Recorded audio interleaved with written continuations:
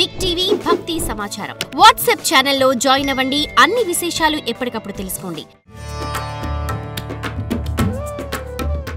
శబరిమలై మెట్లు ఎక్కగానే ఈ మండపం దగ్గర తత్వమసి అని రాసి ఉంటుంది. తత్వమసి అంటే ఏంటి? తత్ త్వం అసి. నువ్వు దేన్నైతే చూడ్డానికి వచ్చావో, నువ్వు దేన్నైతే పొందడానికి ఇక్కడ వచ్చావో అది నీలోనే ఉంది, చూసుకో. అదే తత్వమసి యొక్క అర్థం.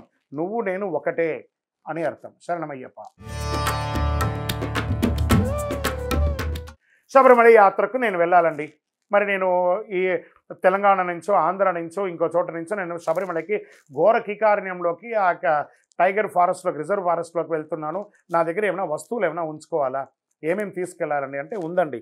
కొంత ఖర్చులకు డబ్బులు, వాస్తవానికి ఒక ప్లేట్, అక్కడ ఆహారాలంతా అక్కడ ప్లాస్టిక్ అంతా నిషిద్ధం, ఒక బాటిల్, వాటర్ బాటిల్, ఒక స్పూను ఇలాంటివి తీసుకోవడం, చిన్న పచ్చడి ఇలాంటిది ఏదైనా ఒకటి తీసుకెళ్ళడము, తినుబండారు లేదా కొంచెం అటుకులో గిటుకులో తీసుకొని వెళ్ళడం, ఇదొకటి.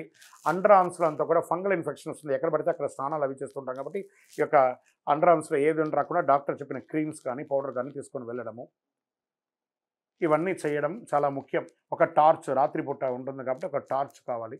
ఇవన్నీ మీరు తీసుకువెళ్ళాల్సినటువంటి వస్తువులు. ఒక 2 జతలు ఎక్కువ బట్టలు ఉండాలి. శరణమయ్యప్ప. ఈ పెద్ద పాదం చిన్న పాదం అంటే ఏంటి? ఇది ఎక్కడి నుంచి స్టార్ట్ అయింది, ఎక్కడ ముగిస్తుంది, దీంట్లో నడుస్తూ ఉండగా ఏమైనా ఇబ్బందులు ఏమైనా ఉంటాయా, వన్యమృగాలు ఏమైనా ఇబ్బంది పెడతాయా అంటే పెద్ద పాదం అనేది ఎరుమేల నుంచి స్టార్ట్. ఎరుమై కొల్లి అంటే మగిషి అనే రాక్షసిని ఎరుమై అంటారు. దానికి కొల్లి కొంచెం చంపిన స్థలమే ఎరుమేలి. అక్కడి నుంచి మొదలు పెడితే ఆ యొక్క మొదటి మజిలీ పేరూరుతోడు, కాళైకట్టి ఆశ్రమం, అழுதா నది, కల్ ఇడుం குன்று, இஞ்சிப்பாறை கோட்டை, கரீலாந்தோடு, கரிமலை ஏற்றம், கரிமலை இறக்கம், பெரியான வட்டம், செரியான வட்டம், பம்பா நதி, பம்பா ஸ்நானம், கணபதி, ஸ்ரீராமபாதம், பந்தலராஜா, అప్పాచి మేడు, శబరిపీఠం, శరంగుత్తి, సన్నిధానం, కరుపస్వామి, కడుతస్వామి, కొచ్చగడత స్వామి, 18 అయ్యప్ప దర్శనం, గణపతి, నాగరాజ అమ్మవారితో యాత్ర అనేది ఉంటుందన్నమాట శబరిమలలో. ఈ ప్రాంతంలో అంతా కూడా దేవప్రశ్నంలో వాళ్ళు చేసి పూజ చేసి బంధం వేస్తారు. భక్తులు నడయాడే సమయంలో ఏ విధమైనటువంటి వన్యమృగాలంతా కూడా అటాక్ అవ్వకుండా ఇప్పటికీ అలాగే జరుగుతుంది. మరియు కేరళ గవర్నమెంట్ వారు, సెంట్రల్ ఫారెస్ట్ వారు థిక్కెస్ట్ ప్రొటెక్షన్ ఇస్తున్నారు వచ్చే భక్తులకి. ఇప్పటి వరకు వన్యమృగాల ద్వారా ఇబ్బంది పడ్డారు అని చరిత్ర ఇప్పటివరకు లేదండి, ఇక మీద కూడా రాదు. చాలా అద్భుతంగా ఉంటుంది శబరి యాత్ర, చాలా అందమైనటువంటి శబరిమల యాత్ర అది. శరణమయ్యప్ప. శరణ్ కుత్తి అంటే కన్యస్వామిగా మాల వేసిన వాళ్ళకి ఒక కర్ర ఇస్తారు. ఈ వనంలో వెళ్తూ ఉండగా ఏదైనా పురుగు పుట్ట రాకుండా ఇట్లా తీసేయడానికి అందుకే అది. తర్వాత దాన్ని కన్యస్వాములు మాత్రమే తీసుకొని వెళ్తే శరంగుత్తి దగ్గర దాన్ని గుచ్చుతారు. అంటే వీరు కన్యస్వామిగా వచ్చారని. ఆ మాళిగేపురత్తమ్మకు కన్యస్వామిగా స్వామివారు ఎవరైనా వచ్చారా లేదా అని చూసిపోవడానికి ఆ శబరిమలలో మకర సంక్రాంతి రోజు ఆవిడ వచ్చి శరంగుత్తి వరకు వచ్చి చూసిపోతుంది కాబట్టి అక్కడ గుచ్చుతారు. గుత్తి అంటే గుచ్చడం, శరణ్ కుత్తి, కుత్తి అంటే గుచ్చడం, దాన్ని శరంగుత్తి అంటారు. శరణమయ్యప్ప. ఇరుముడిలో నెయ్యి భక్తికి కొలమానమా? ఏమంటే ఒరిజినల్ నెయ్యి సామాన్యంగా గడ్డగట్టదండి. అది ఫ్రిడ్జ్లో పెడితేనే గడ్డగడుతుంది. బాగా చల్లగా ఉన్న చోట గడ్డగడుతుంది. మనం ఇలా చెయ్యి పెట్టుకొని చూడండి, వేడిగా ఉంటుంది. ఒక 10 నిమిషాలు పెట్టుకుంటేనే వేడిగా ఉంటుంది. 48 గంటలు 48 మైళ్ళు ఈ ఇరుముడి నెత్తి మీద పెట్టుకొని మనం వనయాత్ర చేస్తూ ఉండగా ఈ యొక్క తల యొక్క ఉష్ణమంతా ఇరుముడికే కదా వస్తుంది. ఆ ఇరుముడిలో ఉన్న కొబ్బరికాయ కరుగుతుందా లేకపోతే గడ్డగడుతుందా? చాలా బాగా వ్రతం చేసి ఉంటారు వారి నెయ్యి కరిగిపోయి ఉండదు, కరిగిపోయి ఉంటుంది. అయ్యో నా వ్రతం చెడిపోయింది. మీ భక్తి అది టెక్నికల్ గీ, మీరు బయట కొనుక్కొని వచ్చిన గీ అది. మీ భక్తి మీ భక్తే, మీ భక్తి వలన నెయ్యి గడ్డగడుతుంది అనేది భక్తికి లింక్ వేయకండి, తప్పు. ఇరుముడి గడ్డగడితేంది, గడ్డగట్టకపోతే ఉంది. మీరు తెచ్చిన నెయ్యి గర్భాలయంలోకి వెళ్ళిందా లేదా? మీరు తెచ్చింది గర్భాలయంలోకి వెళ్ళకపోతే మీరు భక్తిగా లేరని అర్థం. స్వామివారికి అభిషేకం అయింది కదా, అంతే. శరణమయ్యప్ప. ఇరుముడిలో ఎన్ని కొబ్బరికాయలు వేయాలి, ఏమేం వస్తువులు వాడాలి, ఏమేం చేయాలి అంటే గురుగారి దగ్గరికి ముందు రోజు వెళ్ళగానే వారు 6 కొబ్బరికాయ ఇస్తారు గురుగారు. దాని కింద రాకాలి స్వామి శరణం, అయ్యప్ప శరణం, అయ్యప్ప శరణం, స్వామి శరణం, పళ్ళిక్కట్టు, శబరిమలైకి, కళ్ళు ముళ్ళం, కాళ్ళకు వెళ్తేనే ఆ కొబ్బరికాయ అంతా రాకాలి. అది పీచు పీచుగా ఉంటుంది కదా, అవన్నీ కూడా నున్నగా అవుతుంది. ఇప్పుడంతా టెక్నాలజీ మిషన్కి ఇచ్చేస్తున్నారు. ఆ తెలివి అంతా లేదు, అవన్నీ తప్పు. మనమే రాకాలి. రాకిన తర్వాత ఆ కొబ్బరికి ఉన్నటువంటి పట్టు పోతుంది కాబట్టి పట్టును విరుగుతుంది. వెంటనే దానికి నూనెను పసుపు రంగరించి పెడతారు. ఒక కొబ్బరికాయను గురుగారు హోల్ వేసి ఆ నీళ్ళంతా తీసి బొలిచి పెడతారు. మళ్ళీ దానికి ధూపం వేసి ఆ పొగంతా వేసి దానికి వేడి చేయడం వల్ల ఏమవుతుందంటే ఫంగల్ ఏది రాకుండా నెయ్యికి ఇలా పెడతారు. అందులో 6 కొబ్బరికాయ నూరమంటారు, 5 కొబ్బరికాయ ఇరుముడిలో వేస్తారు.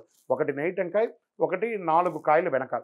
ఈ 4 కాయలు ఒక నెయ్యి కాయలో స్వామి కొబ్బరికాయ అంటే దేహం, అందులో నెయ్యి అనేది ఆత్మ. ఆ శబరిమలకి తీసుకెళ్ళి ఆ పరమాత్మకు అభిషేకం చేస్తారు. దేహం, ఆత్మ, పరమాత్మ. ఆ దేహంలో ఉన్న ఆత్మ అనే నెయ్యి పరమాత్మలో కలిసిపోయిందంటే ఈ దేహం అవుతుంది 2 ఒక్కలు అయిపోతుంది. వెంటనే 18 ఎదురుగుండా ఈ యొక్క కార్నర్లో హోమగుండం ఉంటుంది. ఆ హోమగుండంలో కొబ్బరికాయలు వేసేస్తారు. అంటే చనిపోయిన తర్వాత కాష్టమిలో వేసేస్తారు కదా, అలా వేసేయడం. మిగతా 4 కాయలు ఉంటాయి. పంబలోనే శబరిమలకి వెళ్ళడానికి ముందు ఇప్పుతారు గురుగారు. 3 కొబ్బరికాయలు ఇప్పుతారు. ఆ 3 కొబ్బరికాయలు ఒకటి గణపతి దగ్గర కొట్టాలి, ఒకటి శబరిపీఠంలో కొట్టాలి, ఒకటి 18 దగ్గర కొట్టాలి. ఇంకొక కొబ్బరికాయ అందులోనే ఉంటుంది, అమ్మవారి దగ్గర దొల్లిస్తారు. ఒక కాయ నెయ్యి టెంకాయ, ఒక కాయ తీసుకుంటారు. అందులో పసుపు కొమ్మలు, బ్లౌజ్ బిట్టు, స్వామివారి అభిషేక ద్రవ్యాలు ఇవన్నీ కూడా అభిషేకం పంపించి అమ్మవారికి బ్లౌజ్ ఎక్కించి పసుపు కుంకుమ ఎక్కించి భక్తులందరూ కోరిన కోరికలతో కానుకలతో బియ్యంలో వేసి ఉంటారు కదా, ఆ కానుకలన్నింటినీ తీసుకుపోయి స్వామివారి హుండీలో చూడండి. ఈ మండపానికి గర్భాలయానికి మధ్యలో కింద పెద్ద హుండీ ఉంటుంది, అందులో వేస్తే కిందికి వెళ్ళిపోతుంది. ఆ యొక్క కోరికలన్నీ అందులో వేసేసేయాలి. ఇదే వస్తువులు ఇరుముడిలో వాడాలి. ఆ వేసిన వస్తువుల్ని ఇలాగే వాడాలి. శరణమయ్యప్ప. ఉత్తమ శిష్యుడికి ఏ లక్షణం ఉండాలో ఉత్తమ గురువు కూడా అలాగే ఉంటుంది. గురువుకు ఉండాలి లక్షణాలు అనడం కంటే కూడా శిష్యుడు ఒక గురువు గారి దగ్గర ఎలా ఉండాలి అనేది నేర్చుకోవాలి. గురోర్ అధికం మూలం గురోర్ అంధకార నిర్మూల. గురుస్వామిని నిందించిన వాళ్ళు స్వామి ఓ గురుస్వామి, గురుస్వామి లేనిదే శబరి యాత్ర లేదు. కానీ ఒక క్వాలిఫికేషన్ అనేది ఉండాలి. ఎలాంటి క్వాలిఫికేషన్? ఇప్పుడు మనం 10th పాస్ అయితేనే కదా ఇంటర్మీడియట్ పాస్ అయితేనే కదా డిగ్రీ పాస్ అయితే కదా పిహెచ్డీ అలా చేస్తాం. అలాగే ఒక గురుస్వామిగా ఉన్నవారు తను ఒక 18 యాత్ర శబరిమలకి వెళ్ళిన వారుగా ఉండాలి. ఇతరులను శబరిమలకి తీసుకువెళ్ళే అర్హత ఉండవాళ్ళు, తెలిసి ఉండాలి. ఆ యాత్రను ఉన్నటువంటి సూక్ష్మాలు అంతా తెలిసి ఉండాలి. అయ్యప్ప స్వామి వారి శరణఘోష వచ్చి ఉండాలి. గణపతి కుమారస్వామి అయ్యప్ప అష్టోత్తరం నోటికి వచ్చి ఉండాలి.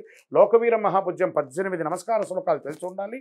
స్వామివారి మాలాధారణ మంత్రం, మాల ఇరుముడి మంత్రం, మాల విరమణ మంత్రం ఇవన్నీ కూడా ఆ గురుస్వామికి తెలిసి ఉండాలి. ఏమంటే మేమంతా చదువుకోలేదండి, మేము గురుస్వామి అలా కుదరదు. మీరు చదువుకోలేదా సీనియర్ స్వామిగా ఉండండి, చదువుకున్న ఒక స్వామితో చెప్పించి ఇవన్నీ చేయండి. ఇన్ని ఏళ్ళుగా శబరిమలకి వెళ్ళారు, రోజు ఒక్కసారి వింటారు, ఉదయం సాయంత్రం చదువుతారు కదా. ఇన్ని ఏళ్ళుగా పోయిన వాళ్ళు ఇన్ని ఏళ్ళలో చెప్పుంటే ఎన్నోసారి ఎక్కుండాలి కదా, ఎక్కుతుంది. ఇంకా మీటర్ ఇప్పటివరకు చేయలేదా, ఏం తప్పలేదు. ఇప్పుడు మాధ్యమాలు ఉన్నాయి, యూట్యూబ్లో ఉన్నాయి, అన్నీ ఉన్నాయి కదా, దాన్ని పెట్టుకొని వినండి, పుస్తకంలో వినండి. ఒక 100 సార్లు వింటే 101సారి మనకు నోటికి వచ్చేస్తుంది.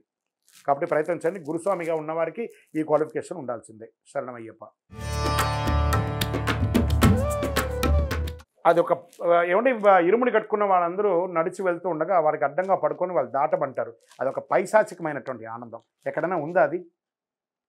ఎక్కడ లేనిది. తెలియకుండా ఒక పిల్లలు పడుకుంటే ఈయన తొక్కుడులో ఆ పాప మెడ మీదనో బాబు మెడ మీదనో కాలు వేస్తే ఏమవుతుంది? సారీ చెప్తారా అప్పుడు? కాదు కదా, ఎక్కడ లేదు కదా. అది తాకకుండా ఉంటారా? పక్కనే పడుకుంటారు, తెలియకుండా పడిపోతుంది. ఈయనేమో ఇరుముడి ఇలా పెట్టుకుంటారు, కాలు ఎక్కడ ఉంది, చేతులు ఎక్కడ ఉన్నది ఎవరు చూడరు కదా. ఇలాంటి పైశాచికమైనటువంటి పనులు చేయకండి. తప్పు ఎక్కడా లేదు, దాటకూడదు. శరణమయ్యప్ప.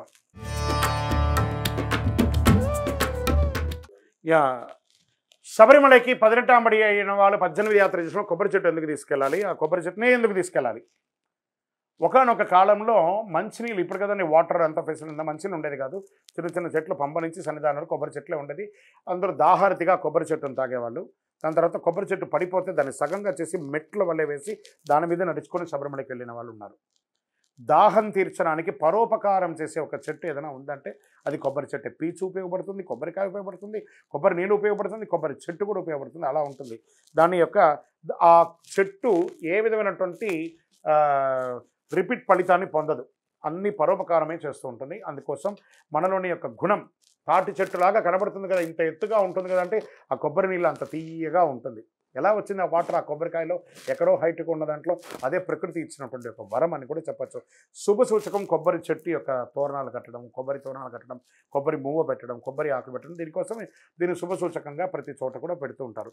ఇప్పటి కాలంలో శబరిమలలో కొబ్బరి చెట్టు నాట్ అలవడండి 18 యాత్ర చేసేవాళ్ళు. మీరు 18 యాత్ర చేయాలనుకుంటే మీ పరిసర ప్రాంతాల్లో మీ ఊర్లో ఉన్నటువంటి దేవాలయంలో కొబ్బరి చెట్లు నాటండి. శబరిమలకి తీసుకెళ్ళకండి. ఒక వెండి ప్రతిమ, కొబ్బరి చెట్టు యొక్క వెండి ప్రతిమ కానీ బంగారు ప్రతిమ కానీ చేసుకొని మీ ఇంట్లో పూజలో పెట్టి ఇరుముడి రోజు ఆ ఇరుముడిలో వేసి స్వామివారి హుండీలో కానుకగా వేయండి. శరణమయ్యప్ప. ఏమంటే ఇరుముడిలో వేసేటప్పుడు అందరూ కూడా డబ్బులు అందులో వేస్తారు, అవన్నీ వాడచ్చు. అంటే శివసొత్తు కులనాశనం, విష్ణు సొత్తు వంశనాశనం, శివ విష్ణు సుతుడి సొత్తు సర్వం నాశనం, అవన్నీ దేవుడికి వేశారు ఉండిలో వేయమని. మీరు శబరిమలకి వెళ్తారనే కదా, మొక్కుకునే కదా మీరు మాల వేసుకున్నారు. మంది సొమ్ముతో వెళ్తారా మీరు సంపాదించిన డబ్బు ఉంటే, అప్పు చేయకుండా ఉంటే ఆ డబ్బుతో వెళ్ళంగా మంది ఇచ్చింది కోరికల కోసం వాళ్ళు వేస్తారు, దాన్ని తీసుకుపోయి హుండీలో వేయండి. శరణమయ్యప్ప. For more videos like this, subscribe Big TV channel.